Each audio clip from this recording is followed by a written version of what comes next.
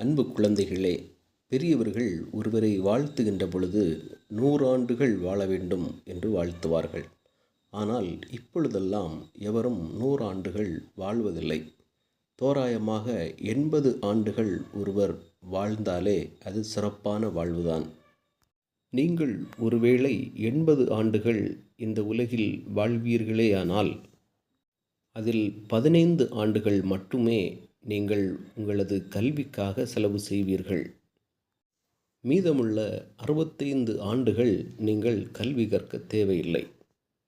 அந்த 65 ஆண்டுகள் நீங்கள் மகிழ்ச்சியோடு சுலபமான வாழ்க்கை வாழப்போகின்றீர்களா, இல்லை கவலையோடு கடினமான வாழ்க்கை வாழப்போகின்றீர்களா என்பதை தீர்மானிப்பதே நீங்கள் கல்வி கற்கும் வெறும் 15 ஆண்டுகள் மட்டுமே.